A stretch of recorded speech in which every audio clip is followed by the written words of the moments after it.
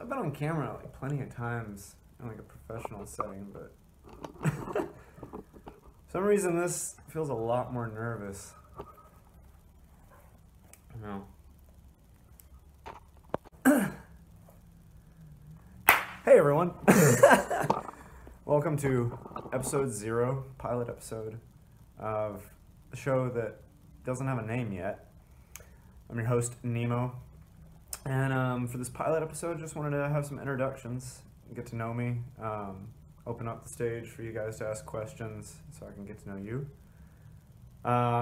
So, diving right in. I was born in East Texas, in a little town, actually probably don't want to name that. I was born in East Texas, close to the Louisiana border. It's an oil town, you know, pretty much the only thing around here is, oof, man, yeah, bunch of oil money, a bunch of retired people, some lawyers, bunch of doctors. We're actually like the medical capital of East Texas, I guess, because like the closest actual city other than this area is like 2.5 hours away, approximately. So a lot of old money out here.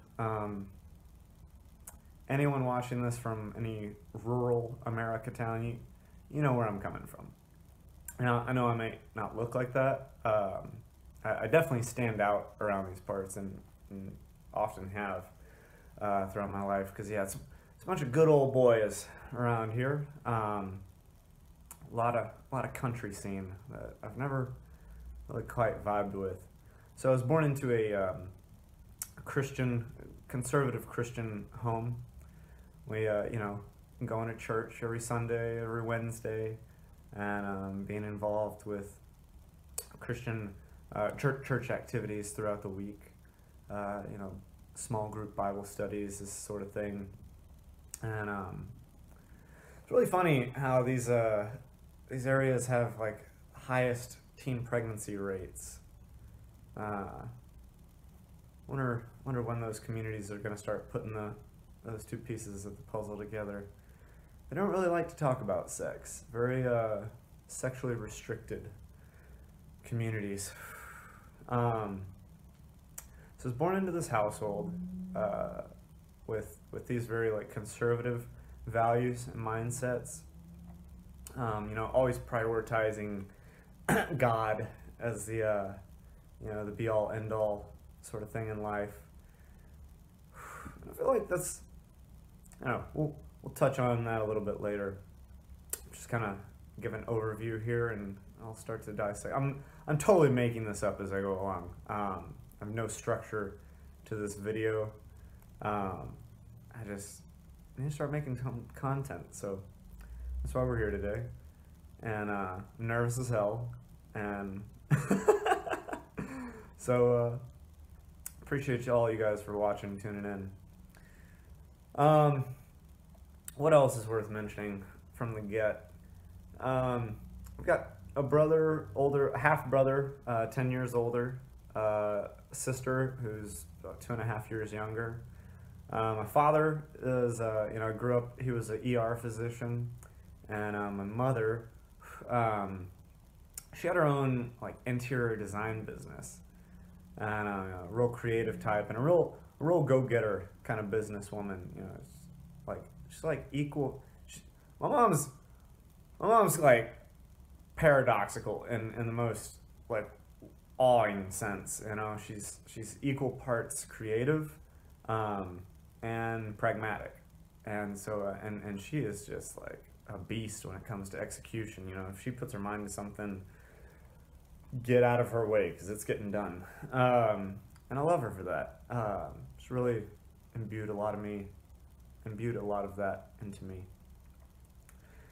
And I'm always striving to have more. She's definitely a huge role model of mine.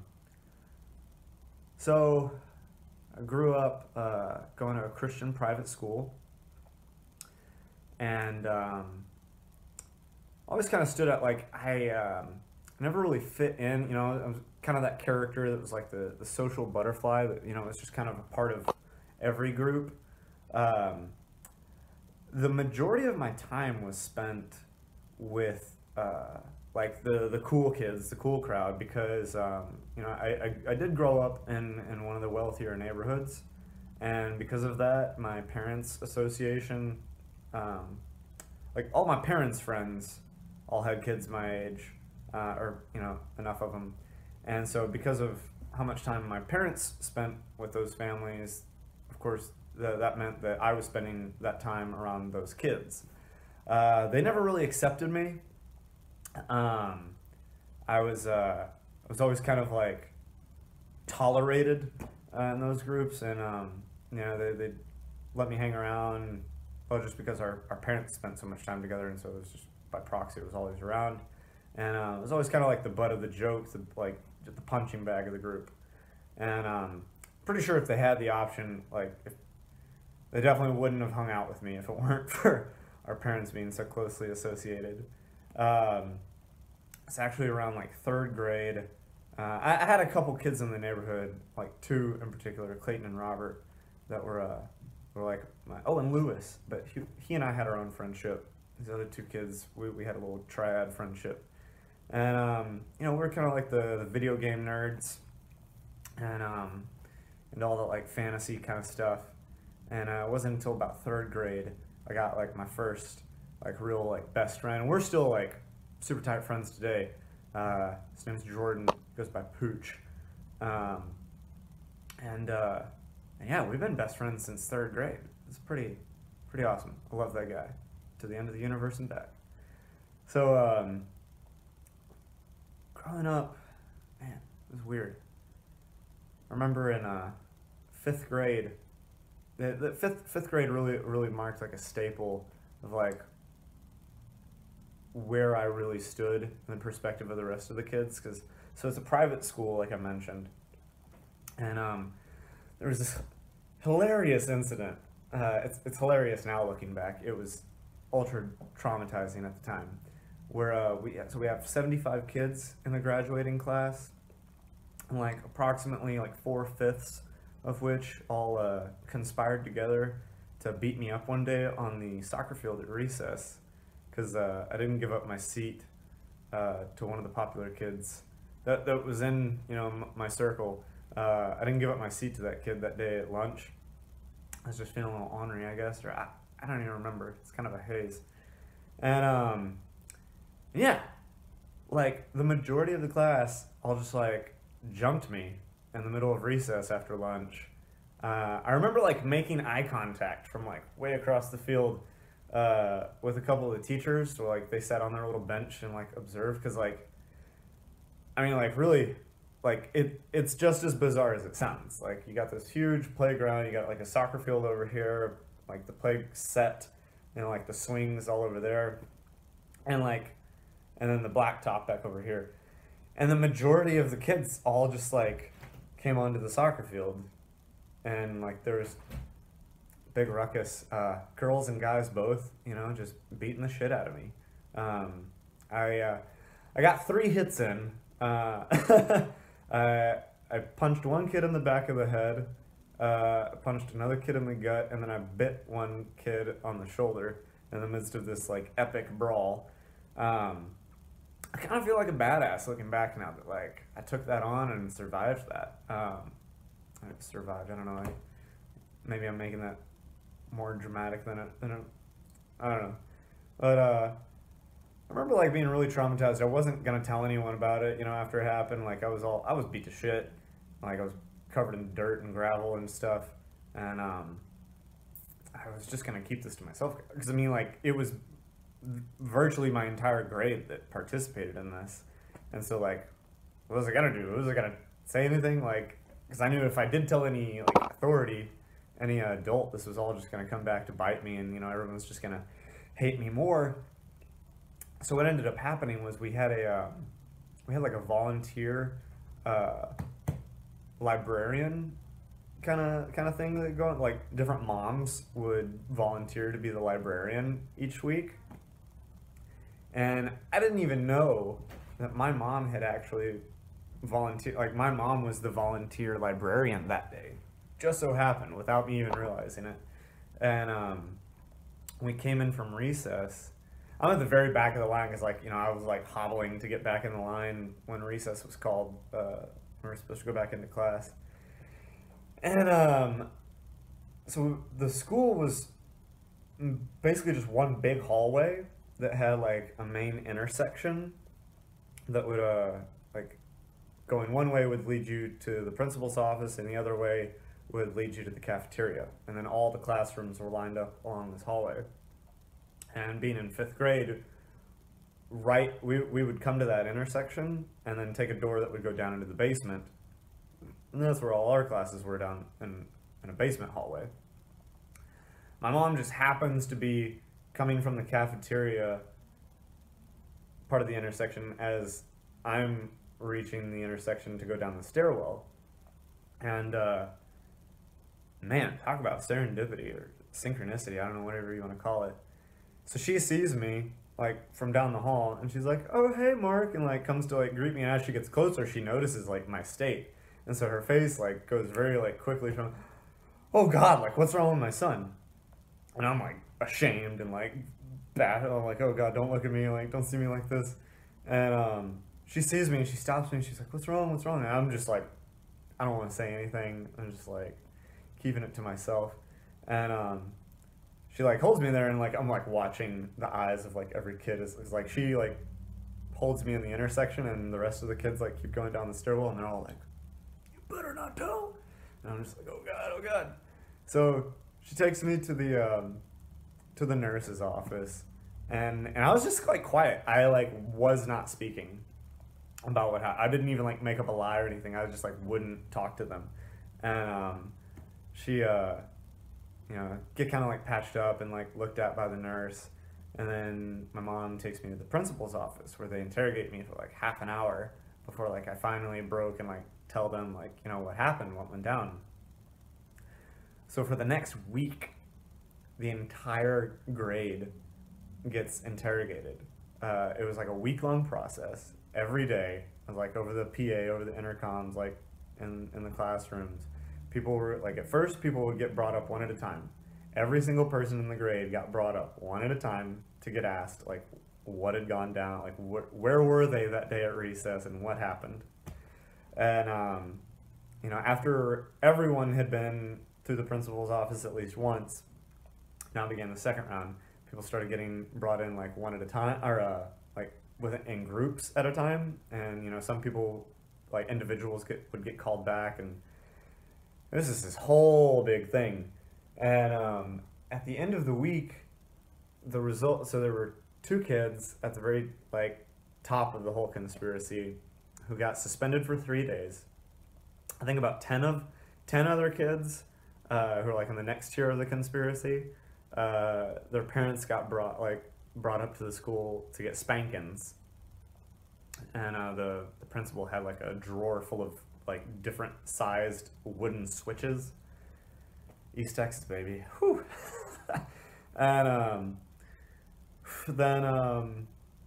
and of course, from then on, everyone like knew me, save for like the 15 kids who I could probably still name to this day who didn't participate in this. Everyone else, saw me henceforth as like the kid who tattled, and just treated me even more like an outcast. Which, looking back, like, yeah, it sucked at the time. And looking back, now that I've gained some perspective in life, I see that instance, and any instance that resembles anything like that, is like a really awesome thing, actually, because it really like shows you who's authentic, who's genuine, and like who's really in, like, who's real. You know what I mean? So that's how I take it now. Yeah, I remember there was like, my parents got talked out of having lawsuits, like they were gonna like sue the school or something. I don't know. No one ever talked to me about the whole issue. It wasn't until like in my 20s, like I'd suppressed all of this, and it was in my 20s I like took some mushrooms at one point, and I had all this come like rushing back up, and like all this childhood trauma that I like got to relive and face and like kind of reconcile. So do drugs, kids. Only psychedelics though, and only like authentic ones. disclaimer. This is just my opinion. Don't actually take any of this. I don't assume any. I rebuke any responsibility for anyone who does mushrooms based on this testimony. So that's kind of one exciting little snippet. I was really into like theater and production because, again, like, you know, I never really knew where I sat in the social spectrum, and I learned pretty early on that like assuming different characters and getting on stage would attract a lot of positive attention, which I never really got a whole lot of, like, in my household. Now, disclaimer, today my parents have an amazing relationship. They are like so genuinely in love with each other, with their kids, with their lives. Like, they're awesome now. Growing up, when I was a youngster, that was not the case. Home life was pretty brutal. I pretty much just remember like every day going home was kind of a nightmare, like always on edge, because as soon as I get in that door, like if my parents are home together, they're just going to be fighting with each other. It was like constant yelling. They never, like, they only ever talked about work, pretty much, and it was just always like high stress. And if they didn't have each other there to bicker at, they were taking something out on me or my sister. But yeah, I guess a whole lot of factors played into how that evolved, because like you would not even believe that's who they were like 20 years ago, with who they are today. Like, it's miraculous. But back to the point that I got really drawn to theatrics, and you know, I was really big into media, cinema particularly, and TV shows. You know, I found a lot of solace there. I was big into like Dragon Ball Z, Mary Poppins, Winnie the Pooh, anything on Cartoon Network, Last Action Hero. I just love all kinds of different film, and I loved fantasy. I loved being able to like project my imagination into these fantasies and these, like, you know, and just go crazy. And so I would incorporate that into my real life, you know, by doing like speech competitions. I remember my very first speech competition really set a lot of context for how my life would go on after that. I picked a piece by Dr. Seuss. I don't remember what the name of it was. It had to do with some lady who had like 50 kids, and basically the whole piece was just like a big list of names. I should go back and check out what that was called. But we had several weeks to like prepare for the first round of the competition. You know, like between when we picked our piece and then the first round of competition. I didn't so much as even look, like, I even only picked that piece because the other pieces I wanted to do were taken. And so yeah, the night before that first round of competition was the very first time I actually like sat down with the piece and memorized it. My mom sat down with me and memorized the piece, like helped me memorize the piece. You know, she would like hold the paper to like make sure I was reciting it correctly. I just went like line by line, committed it to memory, like developed all this like, you know, gestures and everything to go along with it. And I went in the next day, killed it, won first place, moved on to the next round. I never looked at that piece not another time. I only ever looked at it that one time, the night before the first round. And I went on to win the whole fucking, I don't remember, was it like regional, whatever the highest thing, you know, this is like a private school circuit, so whatever their highest thing was, I won the whole freaking thing. Had a blast doing it too. And then I got to like, you know, showcase after the whole competition was done. They like at one of the like school assemblies, you know, we called it chapel. I got to go on stage and do my piece for the whole school. I was excited. Still have that medal.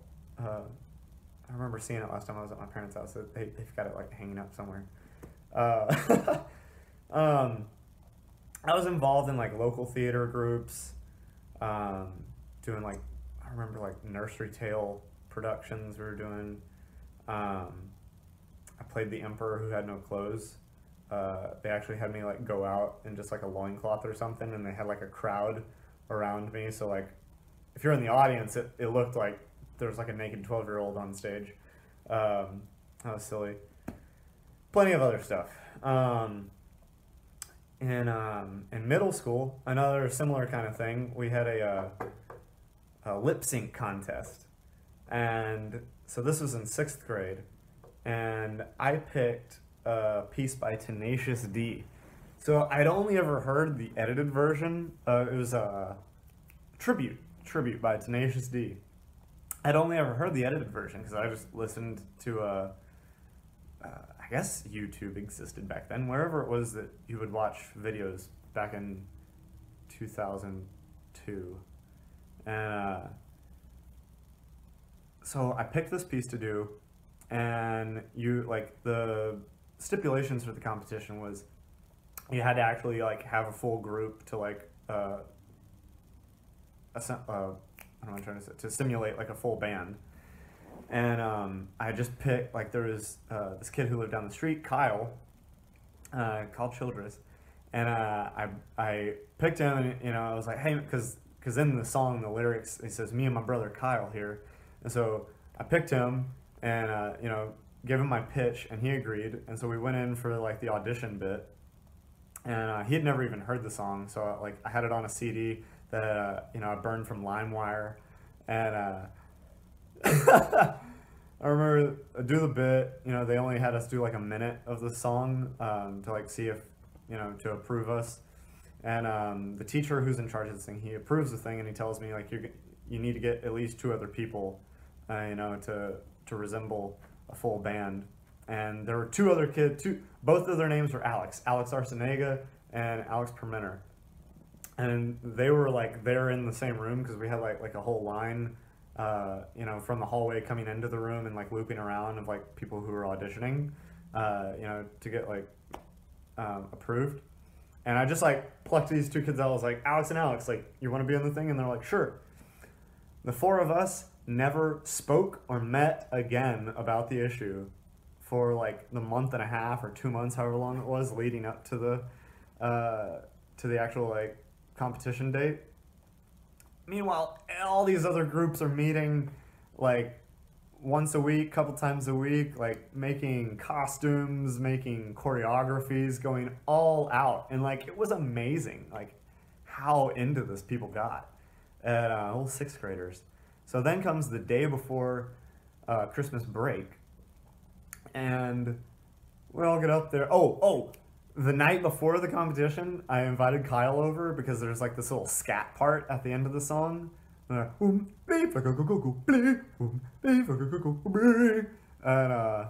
that. Shout out to Jack Black and Kyle Gass. Oh God, KG, I'm totally like bunking on your name right now. I'm sorry. I wanted to get that little like back and forth part down with him so that we could like lip sync that properly. And Kyle notices on the headphones the night before the competition that they like scream motherfucker at the end of the song, and we're 6th graders at a private Christian school. And he's like, dude, they just said the F word. And I was like, they didn't say the F word, what? And like, he's like, they did right there. And so I like play it back. I'm not hearing it. Play it back probably like 12 times before I finally like, oh my goodness, they do say the F word. What are we gonna do? And I was freaking out for a couple minutes, and then finally I just like resolved. I was like, look, I've been listening to this song for months, and I never caught it, so maybe they just won't catch it, and let's just give it a go. So that's what we do. We go in the next day. I remember like the only sort of like extra thing that I did was I got a button-up shirt, and I like snipped a couple of the buttons so that they were like loose, the thread was loose, so that because in the music video Jack Black like rips open his shirt on this one line when like it gets really epic, and so I did that, and but man, the day came. We did the production. It's awesome. The whole crowd's into it. We're being judged by like the high school theater group and the high school theater teacher, and we're coming to the line of the motherfucker, and the front row of students is this whole group of like the goody two shoe girls, you know, the like super nerdy, like, you know, the one of them went on, you know, the ones that made the highest grades, and was valedictorian, salutatorian, whatever. Just like those girls, and they like, I saw the reaction on all their faces. They're the only ones that I noticed a reaction on. But as soon as the motherfucker line came, they all go, and but I swear no one else caught it, and if they did, like no one said anything, and the teachers especially didn't catch it because years later, like I was in high school, I remember like going back and visiting, and my sister was in there or something. It was like I'd been gone for years, and the teacher who's like, you know, overlooks this whole competition, he was still playing my tape, my recording, as like a like whenever they would get to the point of this competition in the school year, they were still playing my tape for like a demonstration of you know, for new students of like what they need to be going for and this whole thing.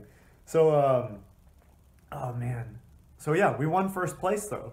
Meanwhile, like all these other groups had gone like all out and put way more effort into it than I ever did, and we won. So I've always loved theatrics. I remember I got picked based on that performance. I was allowed to have a role as a sixth grader. Actually, no, it was the following year as a seventh grader. I was allowed to have a role in the high school production that was going on, the show called The Nerd.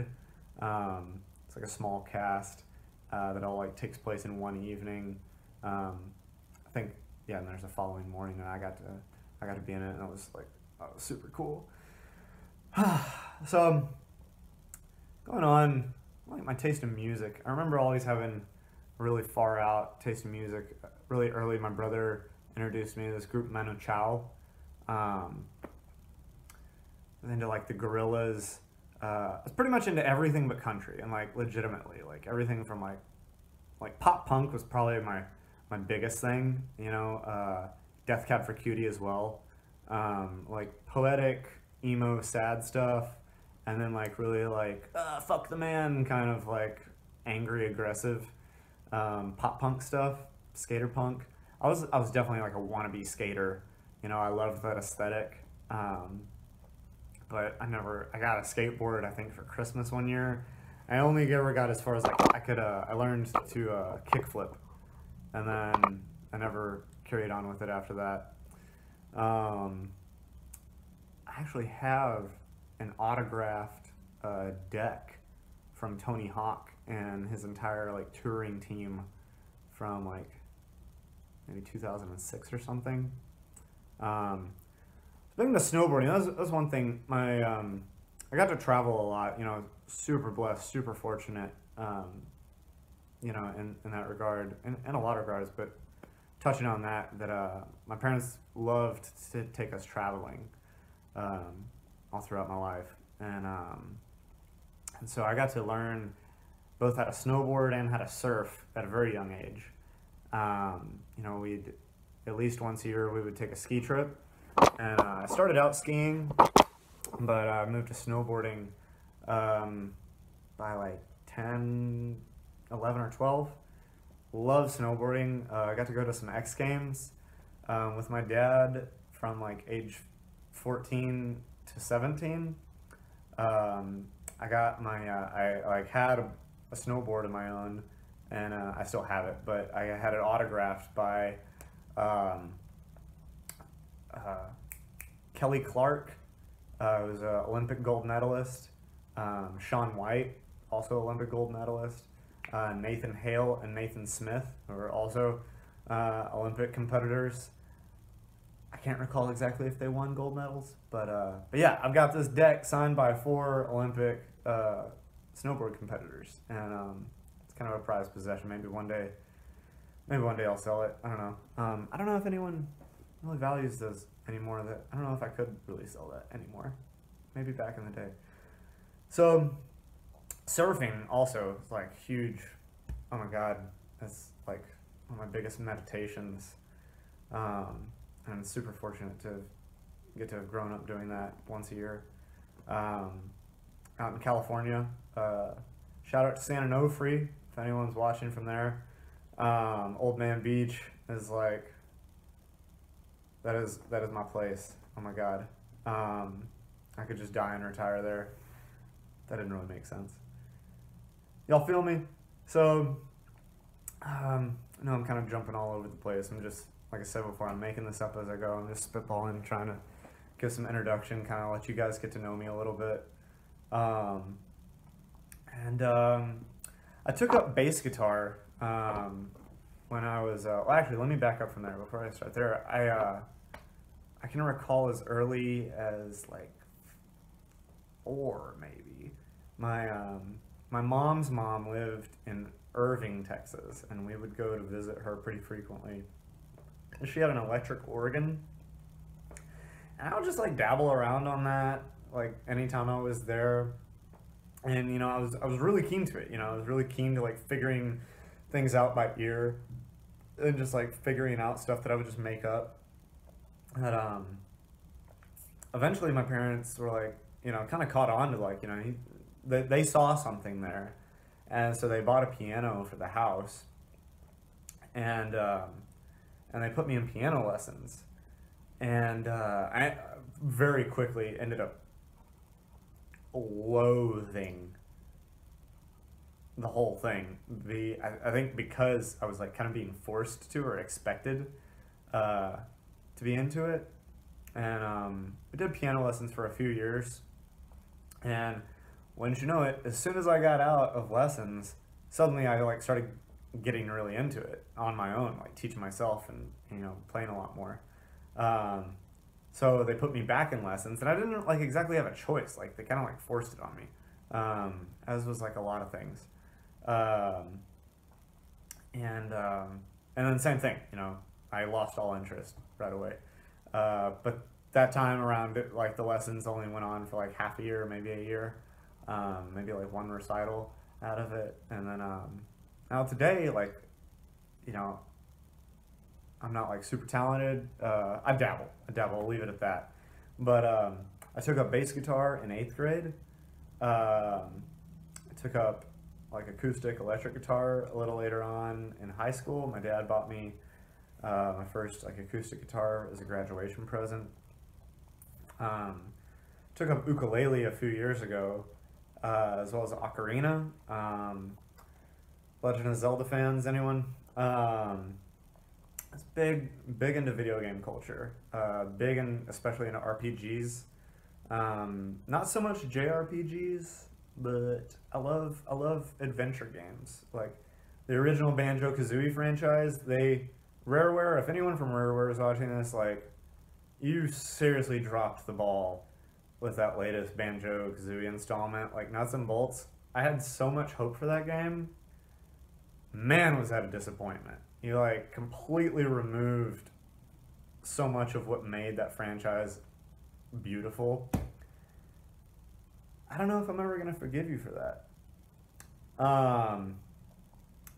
Yeah, Rareware, I was a big fan of Rareware. They had a lot of awesome titles, and pretty much all things Nintendo. Huge Pokemon first generation fanatic to this day even.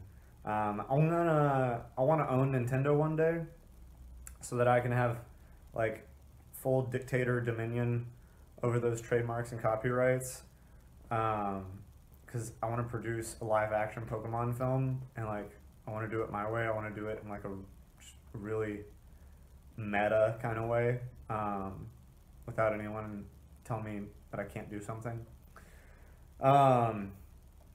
So where are we? Touched on arts, kind of some elementary background, early age background. Let's see, in freshman year of high school, I was still at the private Christian school, and I remember they had been switching like administration, and so okay, one point I want to emphasize that, like, again, God, the whole concept of this, you know, like, unseen force that had full, like, authority over all existence has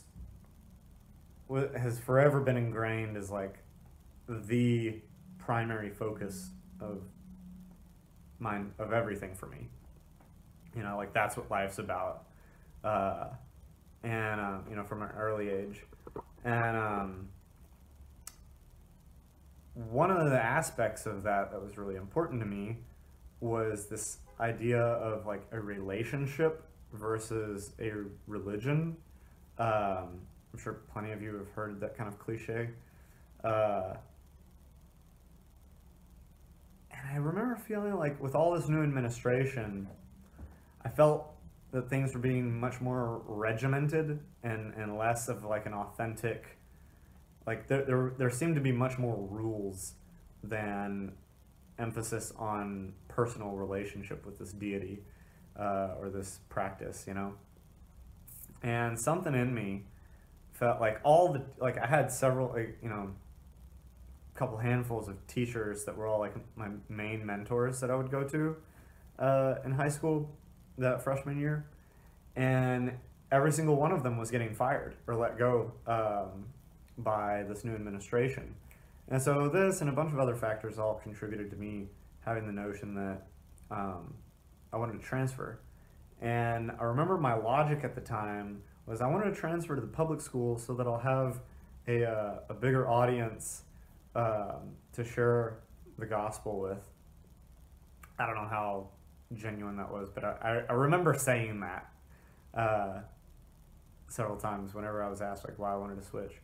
So I switched to public school for my sophomore year, and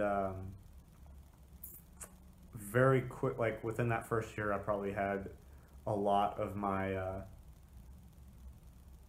like, regimented conservative views kind of beaten down because by my junior year, you know, I ended up, like, smoking pot for the first time. Smoked pot for the first time with my exchange. So we had exchange students my sophomore year and my junior year. Sophomore year, I had an exchange student from Bolivia, Carmen. Hey, if you're watching this, and man, I miss her. And I miss you too, Daika. Daika was the German exchange student we had the next year, and so, oh man, that year we smoked weed together with my buddy Pooch, and this other fella I'm not gonna name because he's in a very high position that I don't know how that would reflect on him if this got out, but we all smoked pot together. The two buddies of mine, Pooch and the other guy, you know, they had been smoking pot for, like, a while now. Daika had sworn to me that she didn't smoke pot. I think maybe she had said that she had, like, done it once and didn't like it. Turns out that was a total crock of shit. And she admitted that later. She was like, yeah, no, I smoke a lot of pot back home, but, like, I didn't want you guys knowing that because you're, like, super, super Christian. And that night was wild. I went into this having, like, no idea what to anticipate. And I remember, like, I just had, like, major tunnel vision. I couldn't stop laughing. Everything was just, like, my whole body tickled the whole night. And Daika got to a point where she was only speaking German. I don't speak German. Pooch doesn't speak German. Other friend doesn't speak German. And Daika's just rattling off in German. So other friend and I need to pick a name for him. I can't just keep saying other. Jonah. I'm gonna call him Jonah. So Jonah and I are, like, tweaking out, like, what the hell, like, this is, like, weirding us out, and even though we're, like, laughing hysterically about it, and Pooch, he starts, like I thought he would, I'm pretty sure, like, in his own, I don't have an explanation for this, he starts translating for her. They must have been on some sort of telepathy, or I don't know what, because he was like, oh, she's saying blah, blah, blah, blah, blah. And she would like, yeah, yeah, yeah, and point to him. And so we're getting a kick out of this. Like, yeah, right. Like, what's happening? But he kept doing this for the whole rest of the night. Anytime she would speak, he would translate for her. And she, like, 100% of the time, kept giving affirmative, like, yes, like, that's what I'm getting at. I even asked her about it the next day. And she was like, yeah, I don't know how he knew what I was saying, but yeah, like, he really was getting what I was saying. And, drugs, ladies and gentlemen. But yeah, like, we went to the grocery store, and she was, like, speaking German in public, and just, like, it was bizarre. Really fun times. So, let's see. We've just kind of been trailing all around here. Thanks for following along. Thanks for being interested in this. Man, I'm already getting at like 40 minutes here, and I didn't realize I would be getting into so much detail. I got a really juicy, thick story here. But I guess all of us do. I bet you do too. You've probably got a lot more story than you realize. I'm gonna take a breath for a second. Thanks, everyone.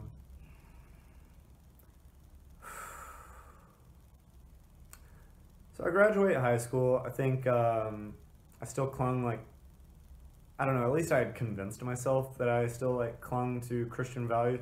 Actually, now that I think about it, it was once I started smoking pot, that's when I actually started, like, taking Christianity into my own hands. Like, up until that point, I was just kind of this casual Christian that, you know, without realizing it. I don't think any casual Christian realizes that they're a casual Christian. And, but once I started smoking pot, that's when, like, I would spend a lot of, you know, time introverted, and I would, like, go away and be alone with my Bible. And I would read really deeply into my Bible in this kind of, like, psychedelic state. And it was as if, like, everything made, like, way more, like, 150,000 times more sense whenever I was reading the Bible high. And, I remember, yeah, what I viewed as, like, my relationship with God just, like, really, really enhanced throughout that time. I got way more deeply into Scripture. I had way more Scripture, like, committed to heart. And I remember, like, my behavior and, like, how I viewed myself and how I treated others and how I viewed the world came way more into alignment with, you know, the Scripture. Ecclesiastes to this day is, like, one of my favorite pieces of literature. Like, so good. But once I graduated high school, I'm applying for college. So I dated, I went to Jesus camp every summer from, like, preschool to high school. And there was this girl from Jesus camp that, you know, I'd known from, like, 6th grade. She lived in Dallas, or Colleyville rather, the DFW area. And we took up a long distance relationship after, like, the summer after 7th grade. So, like, the summer before 8th grade. And that long distance relationship kept up all the way to freshman year of college. We had some on and off points, you know, and I think it was always, like, man, looking back, it's so bizarre to see, like, how at the time, God, I had so much resentment towards her for, like, any time that we would go on a hiatus.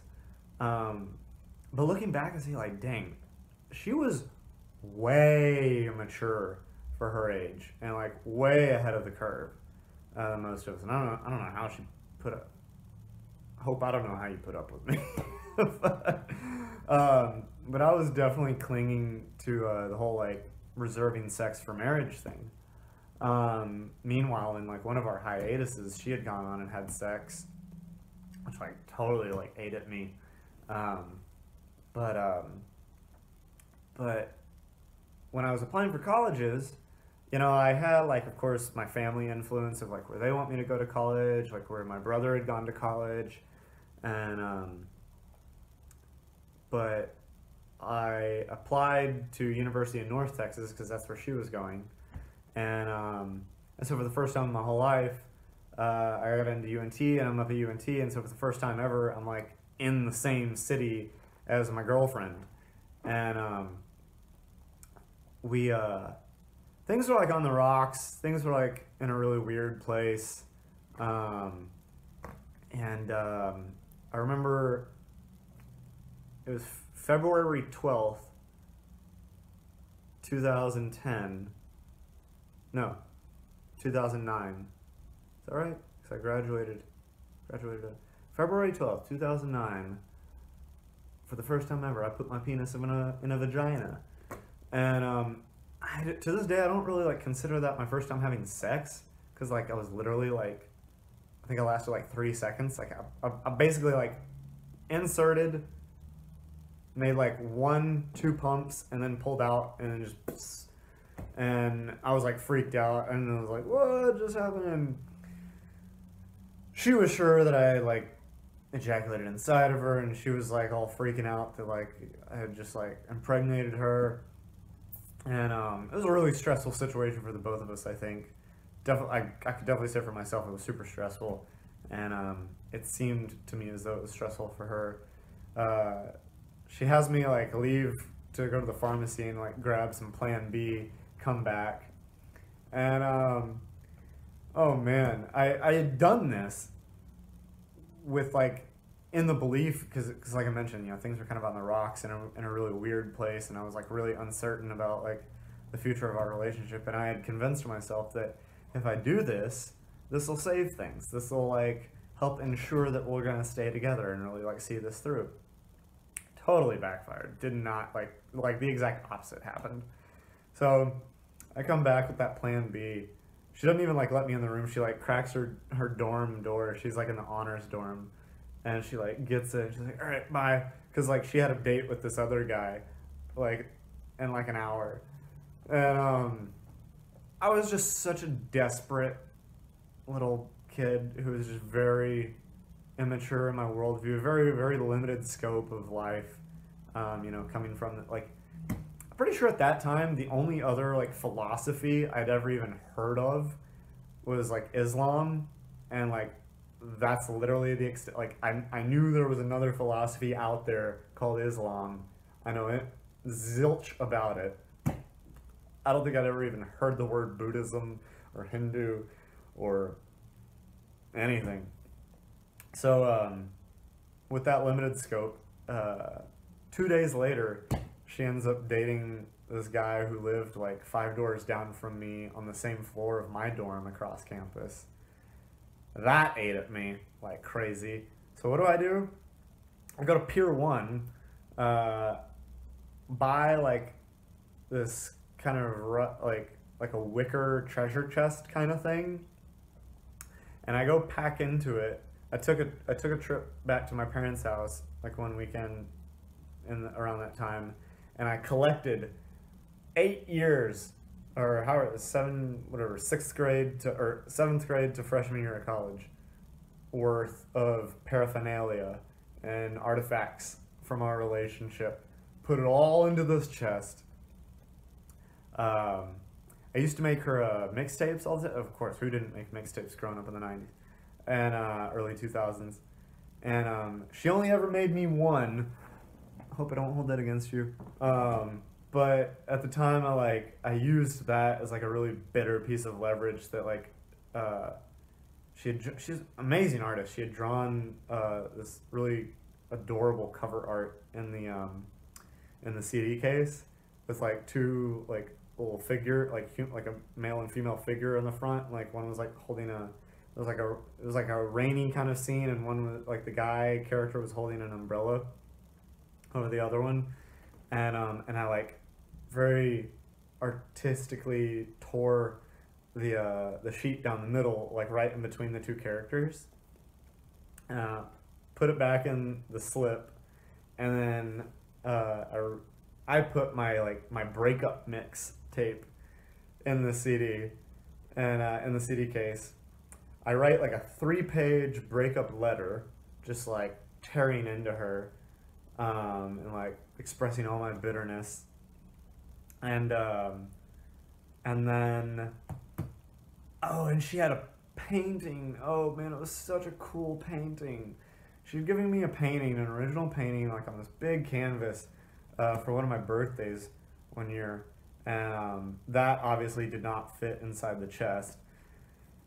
And she lived on the first door of the honors dorm, and I marched in there with this treasure chest, the painting, the letter, and the CD, and I placed this all in front of her door.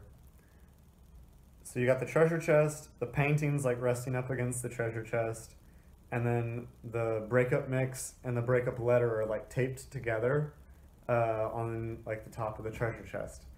And I don't even remember if I knocked on her doors. Like, I don't know. I might have just like set it there and walked away, or I might have like knocked and walked away. Whatever the case, this friend of hers who she had like kind of been seeing, like ish, not really.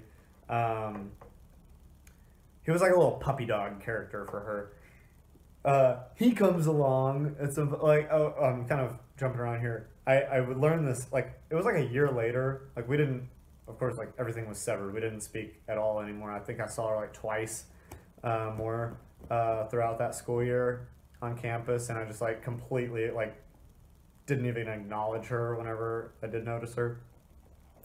And it was, like, a year and a half or something later that I, like, ran into her at a coffee shop. I, like, saw her from across the room, and, like, you know, we acknowledged each other and, you know, made eye contact. I had deleted her phone number, but I still had it committed to memory because, like, I spent more of my time in grade school grounded just for, like my parents were just grounding me all the time for, like, anything. And so I spent a lot of time without a phone while most of the rest of my friends had phones, and so I had to, like, memorize my friends' phone numbers, and so I had her number memorized. And when I walked out of the coffee shop that night, I texted that number, and I wrote, it was like, hey, I don't know if it's still your number, but if it is, like, you know, I'm kind of over it, and I'd really love to, like, see you and catch up, you know, like, because, I mean, dude, like, she was, like, my best friend, you know, throughout that time, you know, aside from Pooch, and I missed her. And so she wrote me back, and she was like, yeah, I feel the same way, like, let's catch up soon.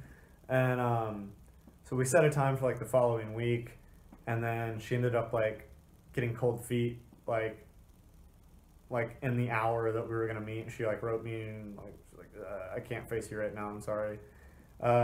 We would end up at some point later that year finally meeting up, and we hung out a couple times. And so she told me what ended up happening was that friend of hers, the puppy dog kid, he actually showed up, saw all the stuff on her door, and he took it upon himself to open the fucking letter and read it himself. Like, how fucking weird. And so that was, like, super embarrassing for her. And I had a big laugh about it. I think we both laughed about it at that time. But drama bomb. I got completely obsessed with Adventure Time at that stage of my life. That's right when that came out, I think. And to this day, I will go to bat with anyone out there that wants to challenge me. If you think you're a bigger Adventure Time fanatic than I am, I'll challenge you to that here right now. Back, pause. Actually, don't pause. We're still rolling. I'm not gonna, like, go too much into it, but anyone else out there has I can't reveal to you what's inside here, but this is the real fucking deal. I'm the real fucking deal.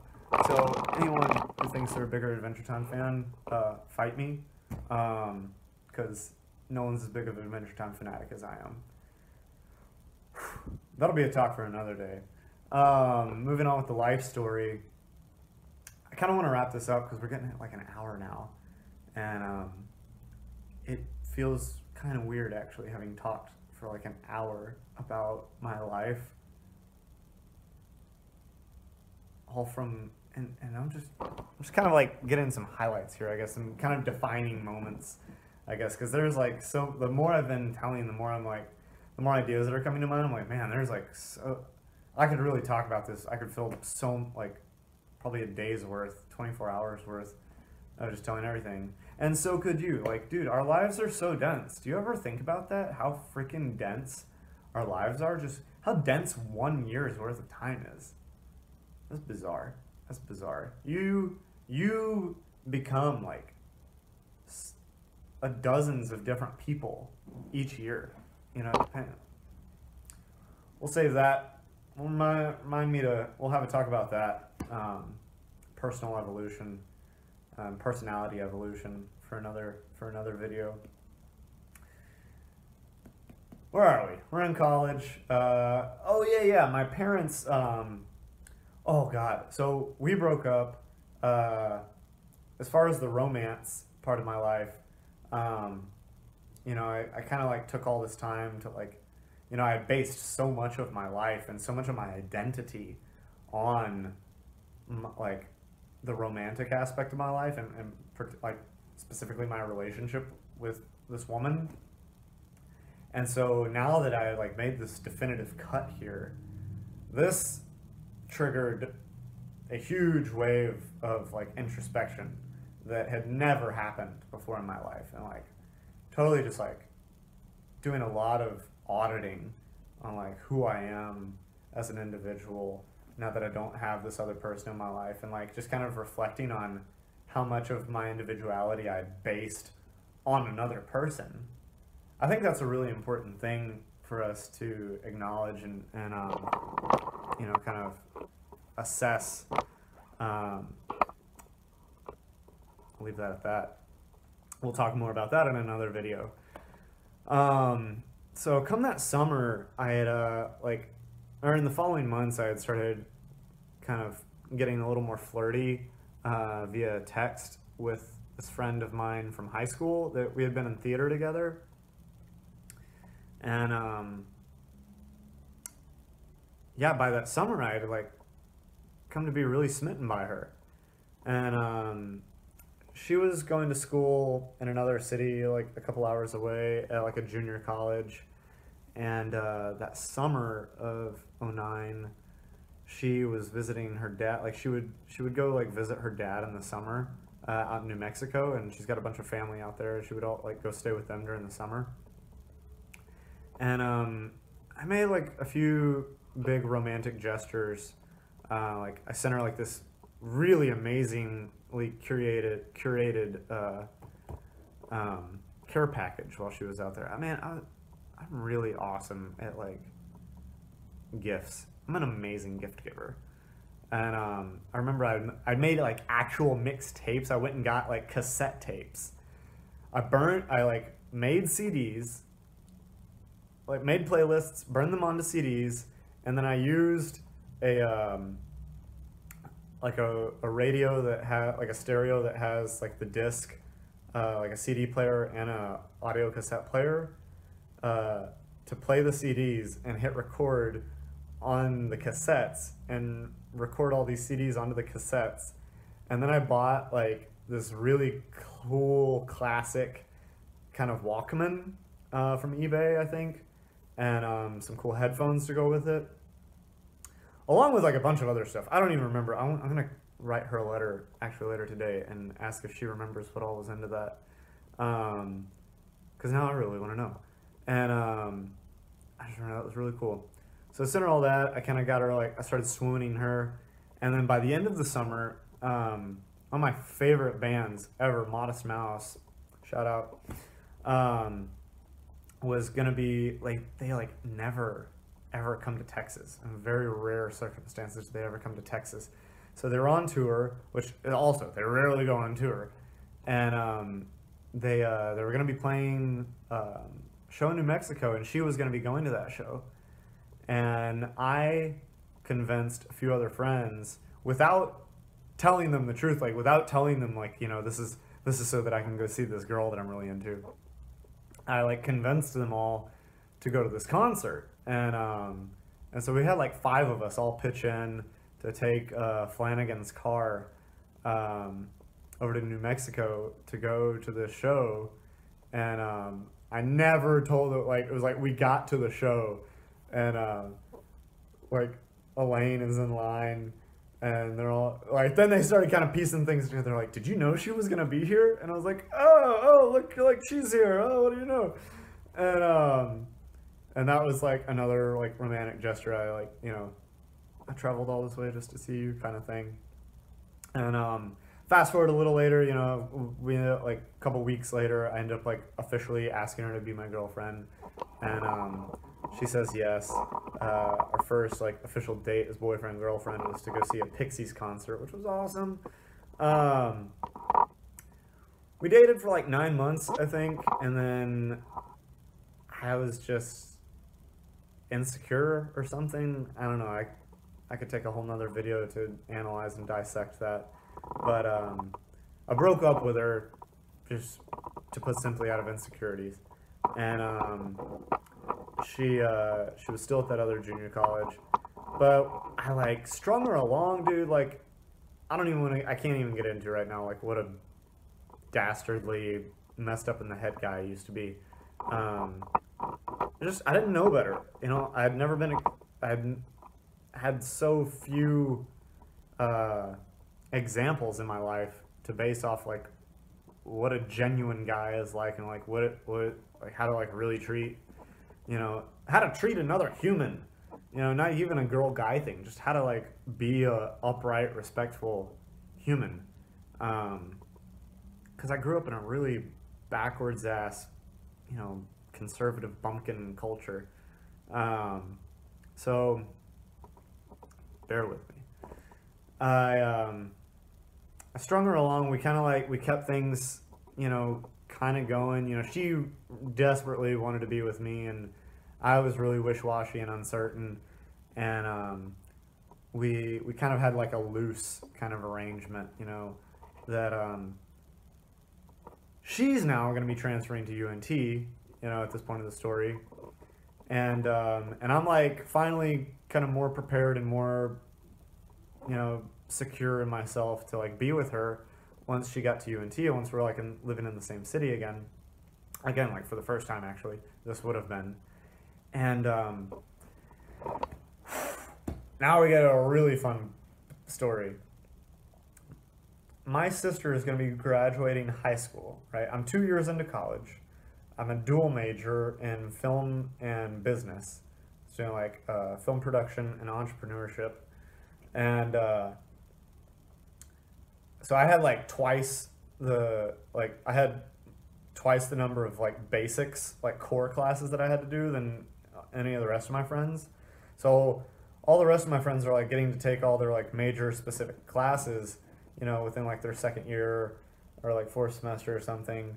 And it's not until like my third year that I was gonna like be a full 5 years there, but it wasn't until my third year that I was finally getting to take like my major specific courses. And so I had finally moved off campus for the first time. I'd been living in the dorms up until then. I moved into an actual house, which was like one of the like top 5 coolest houses in town. It was like kind of a miracle situation that I had gotten into it. And my roommates were all people, they were all much older than me. They were all like, you know, about to graduate, or maybe one of them had already, I don't know. They were all older than me, and they were all from my hometown. And they were also kind of like, you know, these kind of fringe characters. And so like, it was such a dream scenario. And I had been like pining to get a job at Guitar Center for like 3 months. I had finally just gotten hired and was going to be like starting in a week. I'd been getting like really into yoga and doing a bunch of yoga at the rec center. And I had been accepted and was being taken on for like a yoga apprenticeship that was going to be paid at the rec center. So I was going to be working at Guitar Center. I was going to have a paid yoga internship, which was going to inevitably lead to being certified and getting to be like a full-time teacher at the rec center. Elaine was gonna be moving to the same town. You know, so I was gonna, like, for the first time in my life, have a girlfriend who, like, I got to see on a regular basis. Classes were all going well. Like, I was finally getting to take my major specific courses, like the fun classes, you know. And there was a lot of things. There was like a laundry list of things that were all just like, everything was on the up and up. And my sister's graduating from high school all at this time. So I come back to my hometown for like a week. And I spent a whole week here. Like, you know, a bunch of my high school circle of buddies were all back because we all had siblings that were graduating. Funny how that worked out. And now I didn't drink. I had consumed alcohol.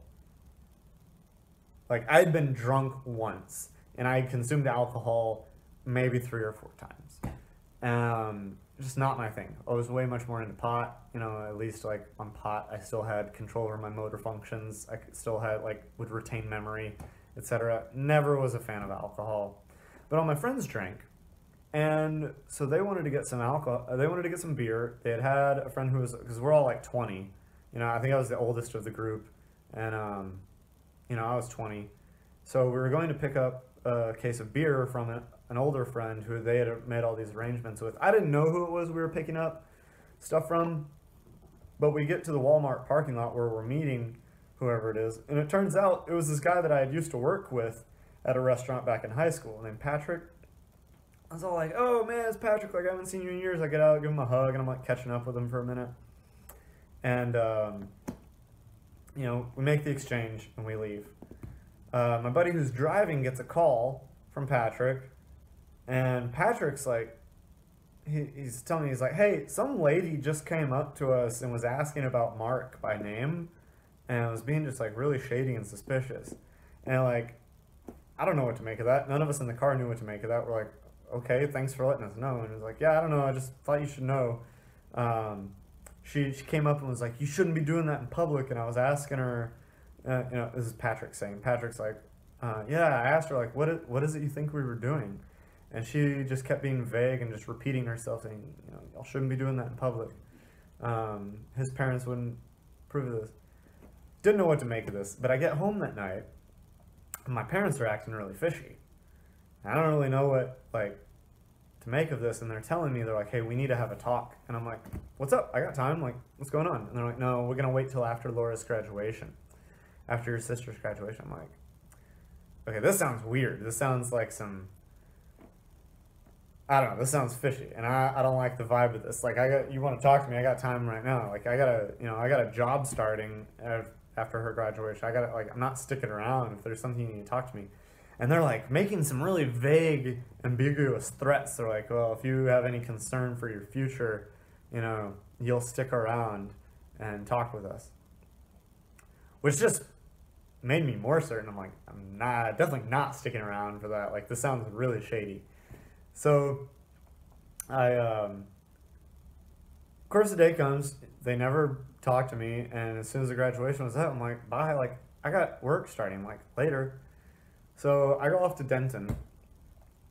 They follow me up there. They like came up behind me like later that evening when they were finished with work, and they sit me down. Like, we sat down on my porch together, and they start to explain that like we know that you sell drugs. And I was just like, what the fuck are you talking about? Because now let me add a little bit that I left out. While I had all this stuff on the up and up in my life, and I just moved into this new house and everything, finances, you know, were like a couple weeks away. So like rent was coming up, and my jobs were going to be starting like just after that. So I was kind of like scrounging around doing little odd jobs here and there, you know, running through Craigslist and, you know, just like asking neighbors to mow their lawns and like cut hedges and shit, just doing random odd jobs. I was confident that, you know, I was going to make enough for rent by the time that day came. But about a week before I went to Tyler, I had made a new friend, serendipitously, We had this event that the guys at my house ran. That was like a drunken bike ride, where like lots of people would, like people from all over town would meet in our front yard, get drunk on beer, and then ride their bikes across town to this like dive bar, or I don't know, like this like hipster bar, and then continue drinking there and like spend the evening there, just camaraderie. And one of the guys that was part of that group, had a Winnie the Pooh tattoo, and I'm obsessed with Winnie the Pooh, and I exclaimed this, and we connected on that. And he ends up just chilling because I don't drink, so I didn't go on this thing, and he ends up just sticking behind and just kicking it with me for the evening. I mentioned in passing this bit about my rent coming up, and we had just made such an instant and deep connection. He divulges to me, he's like, hey, so I'm actually like the farmer who's like responsible for most of the pot in this area. And like I supply, I'm the farmer who supplies like a lot of this DFW area. And man, like I'll front you an ounce. I'll just give you an ounce. Like you don't owe me anything. I'll just give it to you just to help you out so you can make rent. Like go flip that and you'll have your rent covered and there'll be a stress off your back. I was like, amazing, thank you. So I spent the week like turning this over, sold that, and made my rent. And then I go on back to my hometown and have this experience that I already shared with you. And so it turns out this woman, from the Walmart, she took a picture of me on her cell phone, talking to and probably hugging Patrick, and then texted it to my parents. It turns out this was someone that went to their church, and someone who had been in like a small group with them, like a Bible study group with them. So she texts this to my mom and tells her over text that she just saw me selling drugs to this guy in the Walmart parking lot. Not the case, but this tipped off my mom to go investigate. I don't know if you could still do this, but back in the day, like if you're on the same like cell plan, you could go online and you could access the entire like text history of anyone who was on your plan. And so she goes into my text history, and sure enough, like just as fate would have it, that 1 week that I actually did like flip an ounce to make my rent, she sees those text messages that were relating to that, and she interprets this as like she had this long-running suspicion that I sold drugs. I think part of this was to do with, like, my brother actually was into a lot of stuff. So she had this long-running suspicion that that I was selling drugs, because I was super frugal with my money, and I did a lot of odd jobs, like for my parents and for other people, growing up, and I would just never spend this money. And then whenever we would go on family vacations, I would just have, a couple $100s to just spend whenever we went out shopping. And my mom was always like, where did you get this money? And I was like, well, from the jobs that I did for you and Dad and your friends. I don't spend that money. I save it for our vacations. And anyway, this satisfied all her suspicion that, I was some big time drug dealer and that I was like really heavily involved with drugs. And there was no arguing her. She had made up her mind, and her reaction was they were going to send me. I was given an ultimatum. It was either get disowned, we're going to cut you off financially, we're going to put the car in your name, like you're on your own from here on. And we're going to change the locks on the house. Like I remember that being a point. And it's like you can't get in. Or you go spend the summer in Guatemala at this Christian academy and like volunteer in a what do you call it? In an orphanage, and then you'll come back, you'll live with us, and you'll go to the college in our hometown. There's like a UT campus here, and you'll live under our watch, and live by this big regiment, etc. So in the moment, it was really stressful. I was like, okay, I guess I'm taking a free paid vacation to Guatemala. I don't know. And they had me on a plane within the week. So I get there. spend the summer there. Meanwhile, like, I got a job at a comic shop. It was the only comic shop in the country, iRobot. They're closed now. Um, that's a story for another time. And a job at a restaurant called Sobre Mesa, which is still going. And if anyone ever visits Antigua, Guatemala, Sobre Mesa is like right on the central square, the central park, and it's immaculate food. So I got myself these 2 jobs. I got an apartment with this French lady that I started dating, and my parents wrote me back about like getting, because they sent me on a one-way ticket, and they write me back at the end of the summer about like scheduling me to come back, and I let them know. I was like, yeah, actually, like, I got a couple jobs in my own place here, so like I'm not coming back, but thanks for getting me here. And they were wild. They didn't know how to take that at first, and that's a whole long story, but long story short, we sorted it all out together. They end up like seeing eye to eye with me, and they like turned supportive of it.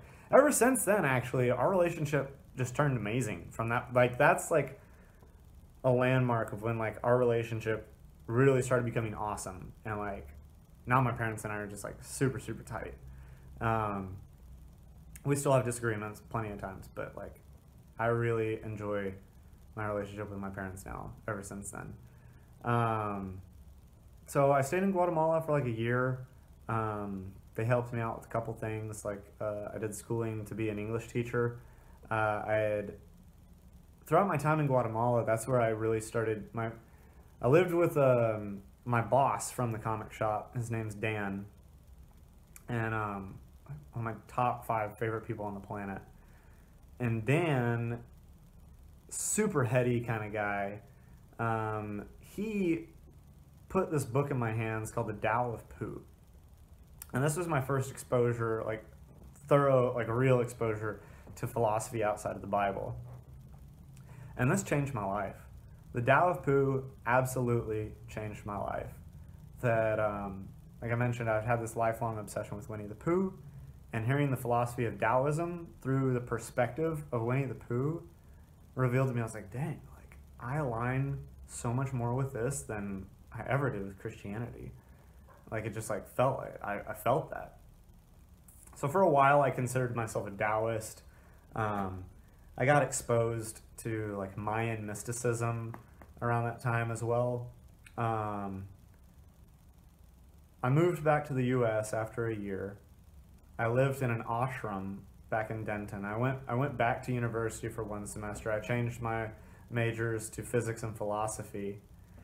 And living in this ashram, the like central teaching of the ashram is based around like Cherokee philosophy, Indigenous American, and but they also incorporate from all philosophies pretty much. And I got like really, really into studying philosophy, psychology, and religion from all around the world. After like 4 or 5 months of living there, I took mushrooms and LSD for the first time. And I don't encourage anyone to do this. Like, this was just my experience I'm sharing.